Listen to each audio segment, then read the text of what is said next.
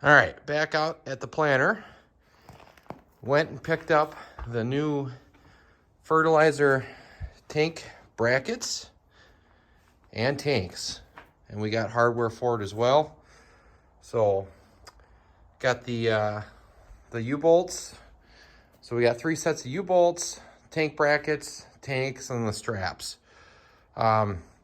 So these are the new brackets, and all this stuff actually came from the planter shop over in Colby, Wisconsin.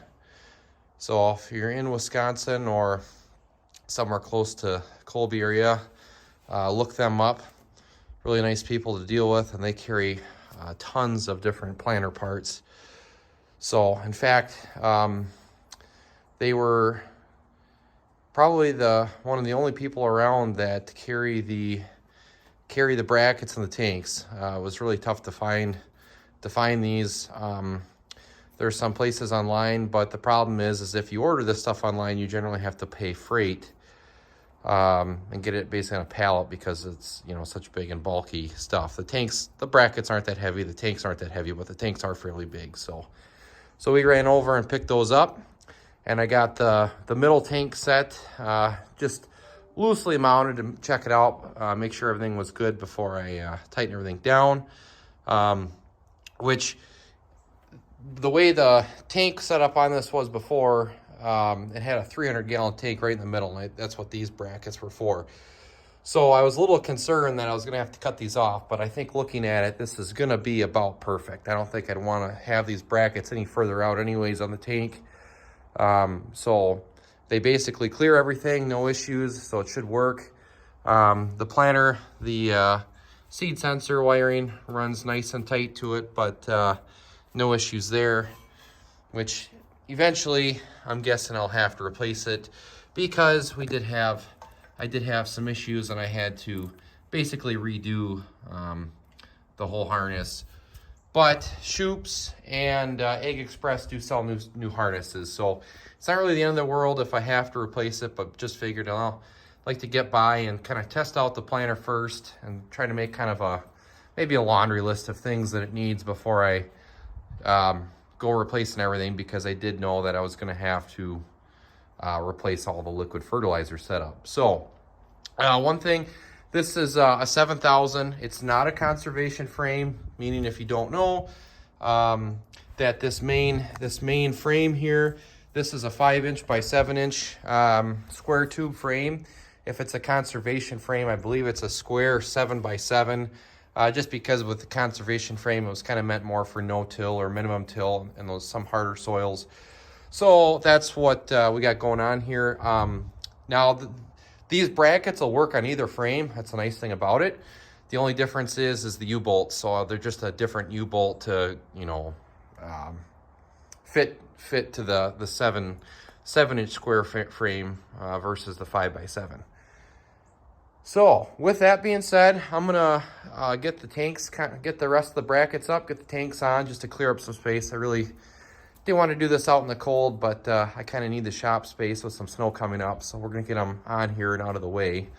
I think for the rest of the other 2 tanks, the outside tanks, the frame's pretty clear. The only issue that we'll probably run into is this whatever this was added. It should be fine. But they did add this this toolbox, and the toolbox is going to have to get removed.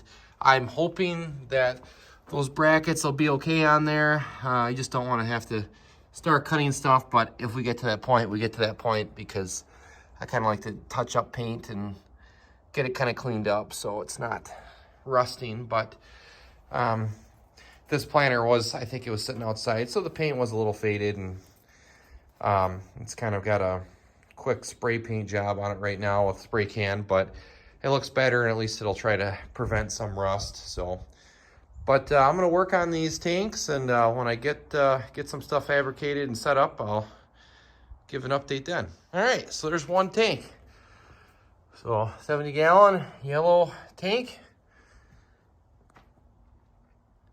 So kind of just have it eyeballed up there center. I think it's pretty center. But basically, I wanted to get that up there because now I can kind of measure center to center on the tanks, and then get a good idea where the brackets need to be, just to keep everything kind of even.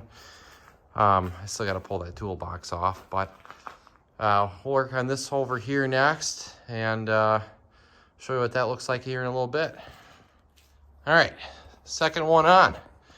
So got pretty equal distance from the end of the frame, some space between the tanks. So I'm going about 22 inches apart with the saddle brackets, which seems to be pretty close to what I'm just kind of judging it off of factory pictures. The straps kind of look to be a little bit probably closer to the filler neck, but I think it's pretty equal on the tank, so should work pretty good. And it'll look pretty well like factory.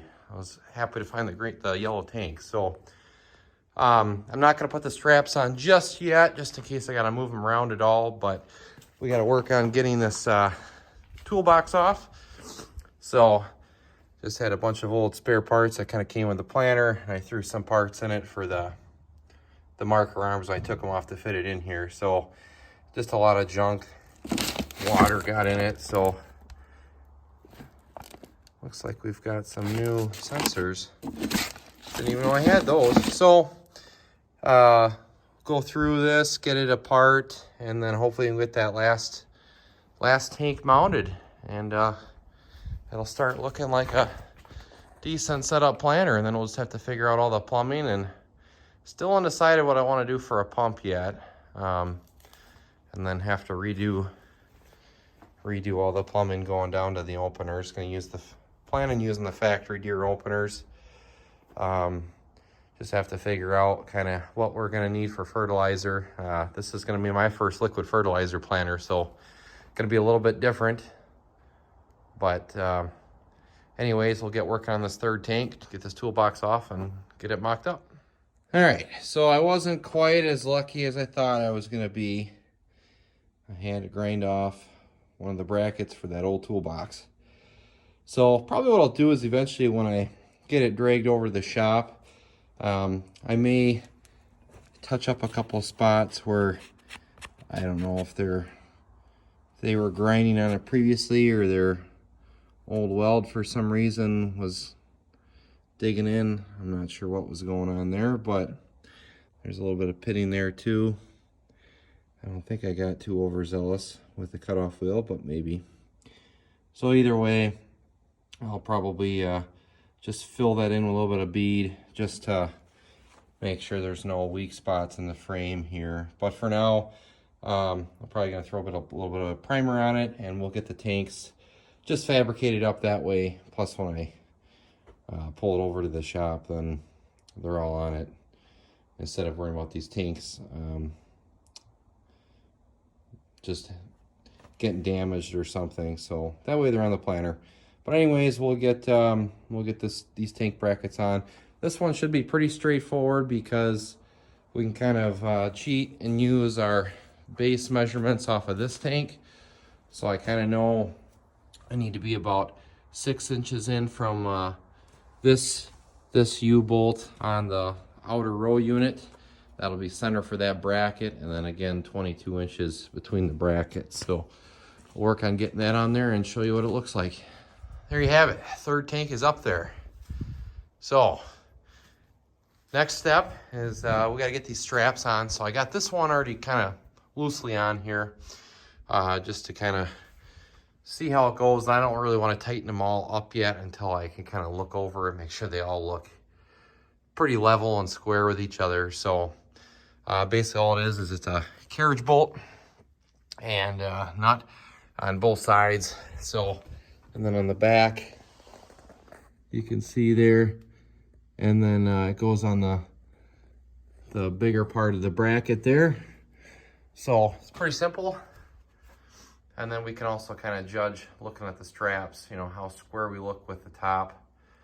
So what I'll do is I'll get these all on here and then show you the finished product. All right, and that is the finished job. So all the tanks are on. these brackets are kind of only finger tight. I'm gonna double check them, and I don't want to go too crazy since that one bracket I'll probably pull off this spring and touch up that frame a little bit. But yeah, very happy how this turned out. I think this will spread the weight out a lot better than before, where it had that single 300-gallon tank on the front here, or on the center, I should say. So now we've got the 3 factory size 70-gallon tanks across the whole frame. So our weight distribution is gonna be a lot better, and a little bit easier to deal with. You don't have one huge tank in the center. So I kind of like the 3 even tanks, and they're yellow. That other tank was white, which I didn't really care for. It didn't look right. So this should work out a lot better. I'm looking forward to getting it all set up, and stay tuned for more updates when we kind of figure out what we're gonna do with the pump setup and pump control and getting into the plumbing. But that'll probably come as it gets warmer and I can make up my mind on which way to go. It seems like there's a lot of different ways to go on that. So if you're interested in these tanks, like I said, the Planter Shop, Colby, Wisconsin. I believe there is a place, I believe it's called Pecua Planter. They're out of Pennsylvania, and I apologize if I butchered the name, but they have a ton of these parts as well. So, you know, if you've got an older John Deere 7000 or 7200, they're excellent planters, and the aftermarket support is just incredible. I mean, you can basically rebuild these things from the ground up, and you have a brand new planter for a fraction of the cost compared to what you know, a new planter off the dealer lot would be. So, and we'll do the same thing. So all in, I think I'm about $1,560 for the tanks, brackets, and hardware. So if you are looking to go back to a factory setup like this or convert your planter to liquid, that's about what you can expect to have into the tanks. You know, besides, you know, once you get into the actual plumbing of it, it's going to be more. But that's just the tanks, and the straps and hardware. So thanks for watching. Hopefully this helps anyone looking to maybe update or give their old planter some new life.